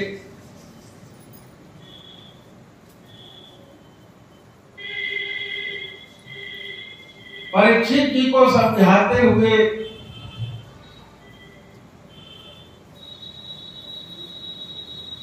कथा सुनाते हुए व्यास नंदन सुखदेव जी कहते हैं कि हे परीक्षित, जो बड़े बड़े योगी तपस्वी लोग हैं, जो अपने मन को अत्यंत सूक्ष्म करके शुद्ध करके भगवान के पास प्रवेश करने का प्रयास करते हैं और नहीं पहुंच पाते, उनको पाने की बात तो दूर नहीं। उन्हीं भगवान के पीछे पीछे उनकी माता यशोदा दौड़ रही है। कितना अद्भुत दृश्य है।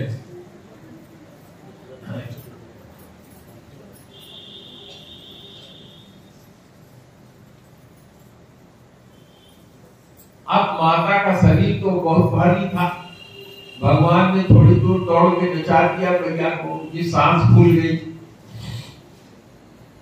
जैसे जैसे वो दौड़ती थी, पीछे फूल जो लगा रखा था चोटी से सब गिरता जाता था, फिर भी मैया उनको पकड़ नहीं पाई। इस समय भगवान की जो झांकी थी बड़ी विचित्र थी।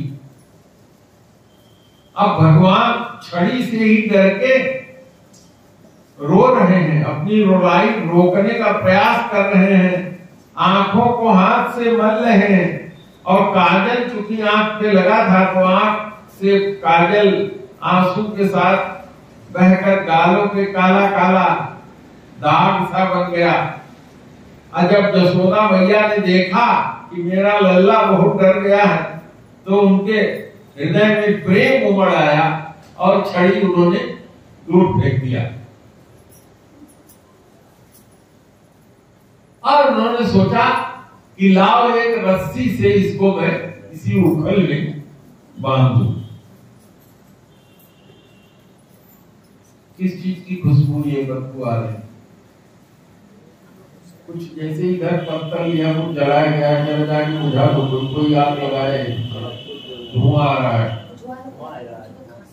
इधर देखो, इधर बाहर से धुआं आ रहा है बहुत तेज, इधर कोई जलाया, सांस लेना मुश्किल हो रहा है। तुरंत पानी डाल के बुझाओ।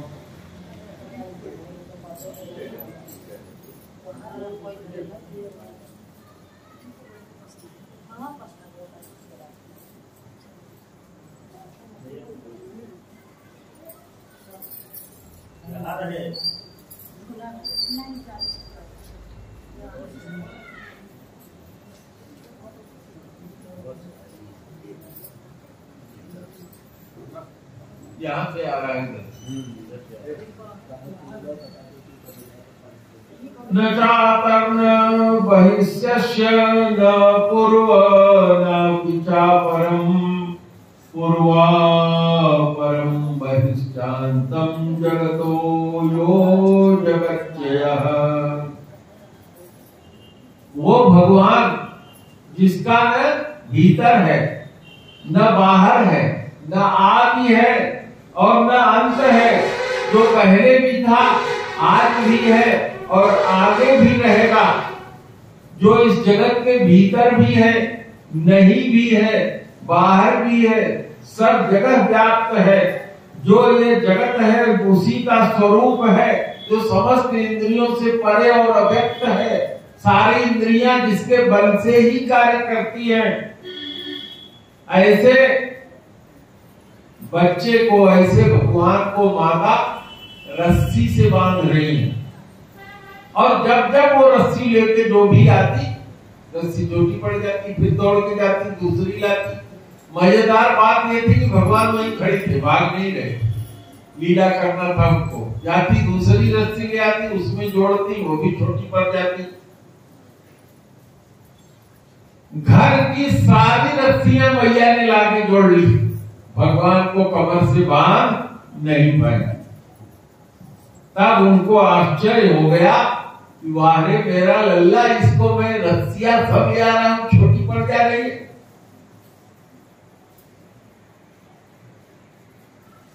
तब भगवान ने देखा कि अब मेरी माता बहुत थक गई है।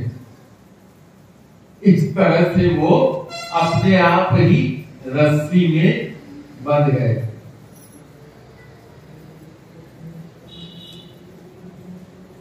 भगवान श्री कृष्ण तो परम स्वतंत्र है।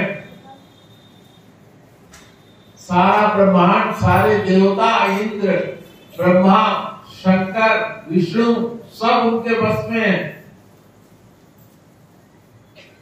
फिर भी उन्होंने बध करके ये दिखा दिया कि मैं प्रेमी भक्तों के वश में हूं। एवं संदर्शिता योग हरिणावृत्य वस्यता स्ववसेना कृष्णेन यस्येदं सेवत्सरं वशे।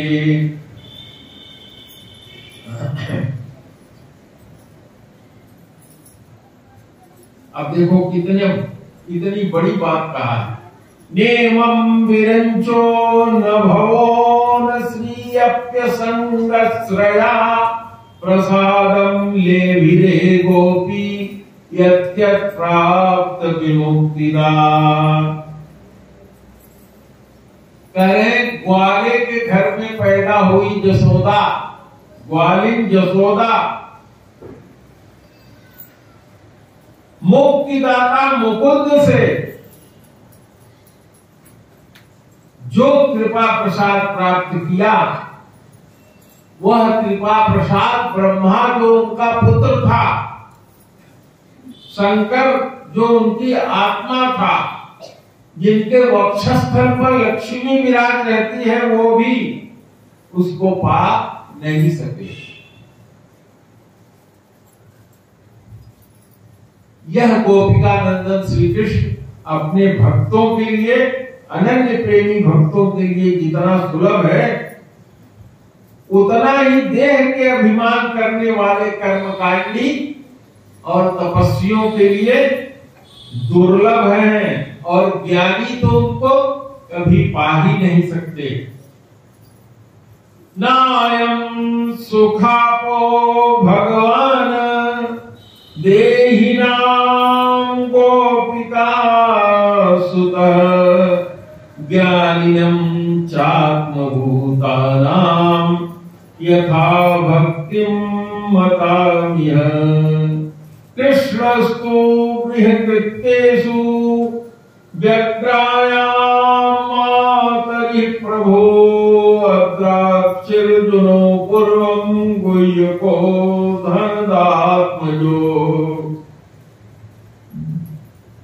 जब उनको बांध दिया तो जसोदा जी घर के कार्य में लग गई। अब भगवान ने देखा कि अब मौका है। वहां यमलार्जुन के 2 वृक्ष लगे हुए थे उनके घर के पीछे।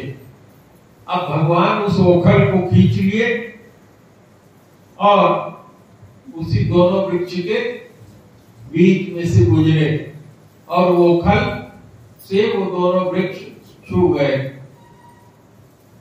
भगवान ने उनके छूते ही दोनों वृक्ष गिर गए और वृक्ष के गिरते ही उन वृक्षों से नलकूबर और मणिग्रीव नाम के दो यक्ष जो कुबेर के पुत्र थे वो प्रकट हो गए और प्रकट होकर के उन्होंने भगवान श्री कृष्ण की स्तुति किया।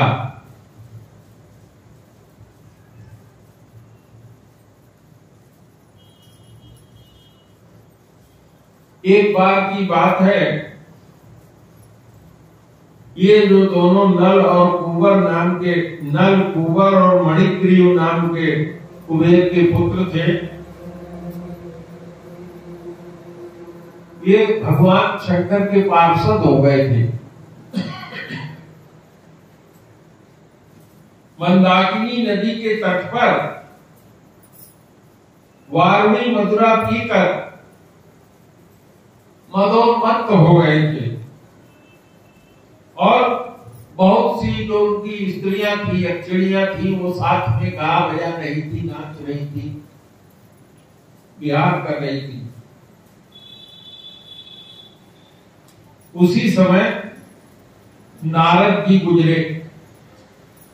नारद जी को देख करके जो वस्त्रहीन स्त्रियां थी उन्होंने झट से लजा गई और वस्त्र से अपना शरीर ढक लिया। लेकिन ये दोनों मणिग्रीव और नलकूबर ने अभिमान में आकर के कपड़ा नहीं पहना। नारद जी ने उन्हें श्राप दे दिया।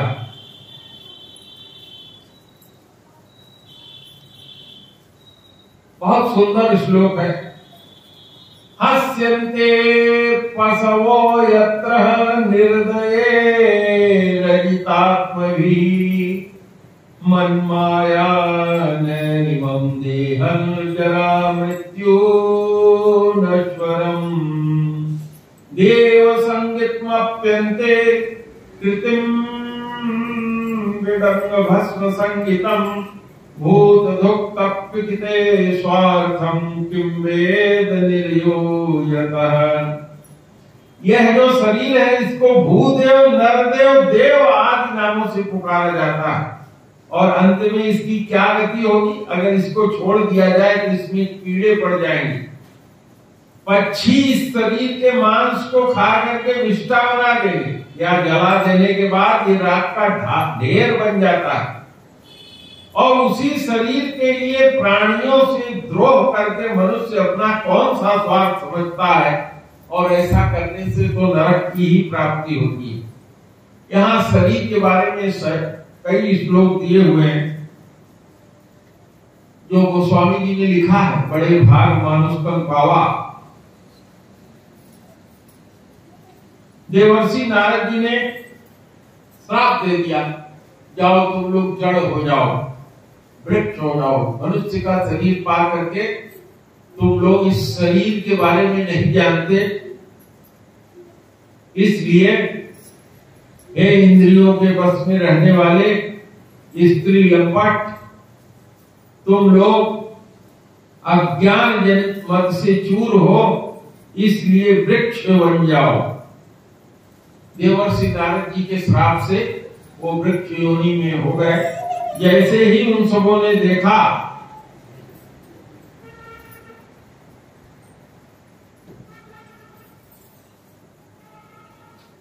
भगवान श्री कृष्ण ने अपने भक्त देवर्षि नारद ने जो आशीर्वाद दिया था कि भगवान जब जन्म लेंगे तो तुम लोगों का उद्धार होगा, इस तरह से जब मणिग्रीव और नलकूबर शरीर पाए फिर से भगवान की कृपा से, तो उन्होंने भगवान की स्तुति की। कृष्ण कृष्ण महायोगिम अस्त्वत्माद्य पुरुषः परः व्यक्ताम अव्यक्तमिदं विश्वं रूपं ते ब्राह्मणा विदुः। कहा, हे सच्चिदानंद स्वरूप प्रभु, सबको अपनी ओर आकर्षित करने वाले आप परम योगेश्वर हैं। आप अपनी प्रकृति से अतीत स्वयं पुरुषोत्तम हैं। जो वेद के जानने वाले ब्राह्मण हैं वो इस बात को जानते हैं कि आप ही व्यक्त और अव्यक्त संपूर्ण जगत के स्वामी हैं। इस प्रकार उन दोनों ने भगवान की परिक्रमा किया और अपने लोक को चले गए। दादा आरती लगाई। इतना ज्यादा ये विष की तरह से सांस में घुस गया है कि अब इसके आगे कथा करना संभव नहीं। आरती सत गुरुदेव नमामि, पार ब्रह्म प्रभु अंतर्यामी, अगुणय पार अलख अविनाशी, अचल विमल प्रभु सब गुरवासी, निर्गुण निर्विकार सुख राशि, एक रूप लेखय नामी, आरती सतगुरुदेव नमामि, पार ब्रह्म